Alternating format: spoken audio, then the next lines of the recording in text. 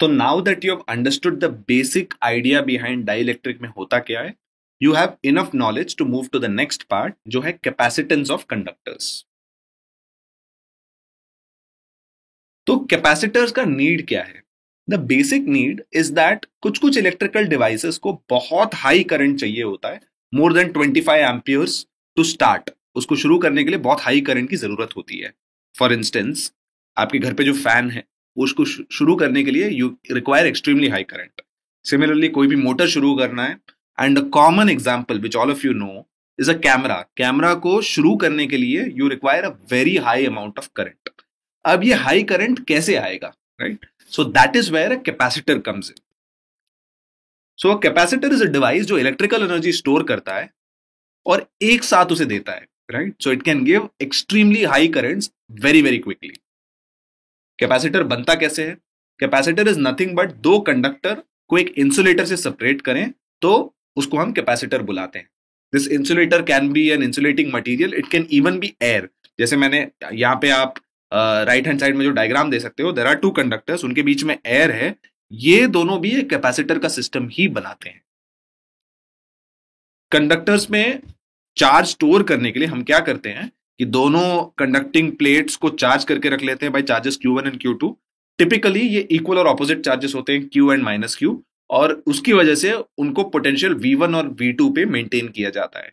So a conductor is a capacitor is nothing but conductors, दो conductors जिनमें charge है, right? Typically equal and opposite charges, और दोनों अलग अलग पोटेंशियल पे मेंटेन किए जाते हैं। सो सम एग्जांपल्स ऑफ कैपेसिटर्स, आप सब जानते हैं कि फैन में कैपेसिटर होता ही है, which is used in starting the fan. Motor का भी कैपेसिटर होता है। And camera, if you open out your camera and see what all devices are there, you will find capacitors like you are seeing in this diagram. So capacitor की property होती है capacitance. What is capacitance? किसी भी capacitor की ability to hold electrical energy, एक particular potential पर electrical energy को store करने की जो एबिलिटी है, उसी को हम कैपेसिटेंस बुलाते हैं। कैपेसिटेंस को लेटर C से डिनोट किया जाता है। So it is basically nothing but charge Q है किसी भी कंडक्टर पे, like you can see here, और उसको पोटेंशियल V पे मेंटेन किया जाता है। तो चार्ज Q अगर पोटेंशियल V पे मेंटेन किया जाता है तो हम कहते हैं the capacitance C is nothing but Q upon V।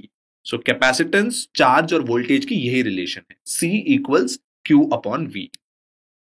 तो इस फॉर्मूला से काफी क्लियर हो जाता है, क्योंकि V डिनोमिनेटर पे है, V को अगर हम कम करें, पोटेंशियल जिस पे हम चार्ज को होल्ड कर रहे हैं उसको कम करें, तो कैपेसिटेंस बढ़ जाएगी, बिकॉज डिनोमिनेटर के इंक्रीज होने पर क्वांटिटी हमेशा बढ़ती है।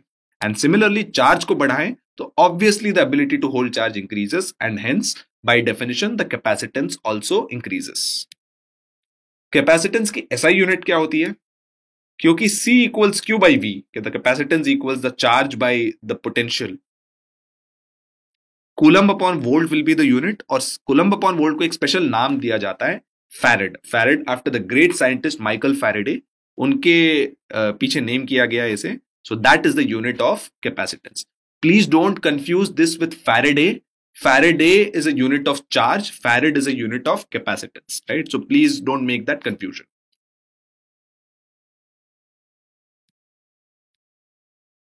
नाउ कैपेसिटर के फॉर्मूले से ये लगता है कि C equals Q by V, तो C Q और V पे डिपेंड करता है, but in reality C is independent of Q and V।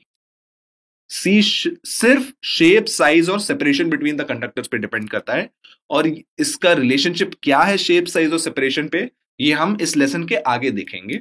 But remember that formula में ऐसे लगता है कि C Q और V पे डिपेंड करता है, but C purely depends on the geometry and the separation. किसी भी कैपेसिटर की सिंबॉलिक रिप्रेजेंटेशन कुछ ऐसे होती है।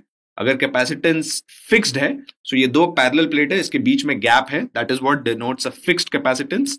और अगर वेरिएबल कैपेसिटेंस है, उस फिक्स्ड कैपेसिटेंस के थ्रू एक एरो डालते हैं, तो we denote a variable capacitance. इसका मतलब ये है कि उसकी कैपेसिटेंस चेंज हो सकती है। Now capacitance is closely related to dielectrics, right? So you need to understand a property called dielectric strength, क्योंकि किसी भी कैपेसिटर में बीच में एक इंसुलेटर होता है जो डाइलेक्ट्रिक ही होता है, राइट? तो उसकी जो स्ट्रेंथ है, dielectric strength, that's a very useful property that tells you कि कैपेसिटेंस कितना स्ट्रांग है.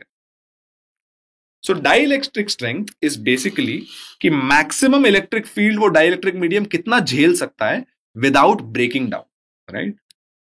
तो एयर के लिए usually 3 × 10⁶ volt per metre is the maximum field जो आप लगा सकते हो अक्रॉस दैट डाइलेक्ट्रिक, क्योंकि उसके ऊपर लगाओगे तो वो ब्रेक डाउन हो जाएगा. इनफैक्ट एयर के डाइलेक्ट्रिक ब्रेकडाउन को ही हम लाइटनिंग कहते हैं, right? So one more phenomenon जो डाइलेक्ट्रिक ब्रेकडाउन डेमोन्स्ट्रेट करता है इज कोरोना डिस्चार्ज. तो बहुत सारे पावर लाइंस में you can obviously see light discharge, right? So यहाँ पे आपको फोटो दिख रहा है कि 500 किलोवाट की पावर लाइन पे there is some light that is being emitted. ये क्यों हो रहा है? क्योंकि वो जो air, there are the two metal plates, उसके बीच में जो एयर है उसके अक्रॉस जो पोटेंशियल है वो 500 किलोवोल्ट है, which is a very high voltage, right? So that means that बीच का जो एयर है इट स्टार्ट्स ब्रेकिंग डाउन और उसकी वजह से लाइट एमिट होता है. तो इलेक्ट्रिक फील्ड अगर स्ट्रांग हो गया तो एयर ब्रेक हो जाएगा और एक आर्क बनना शुरू हो जाएगा. So lightning, corona discharge are all examples of dielectric breakdown. इसका मतलब ये है कि जो वोल्टेज है that exceeds the dielectric strength, the field exceeds the dielectric strength.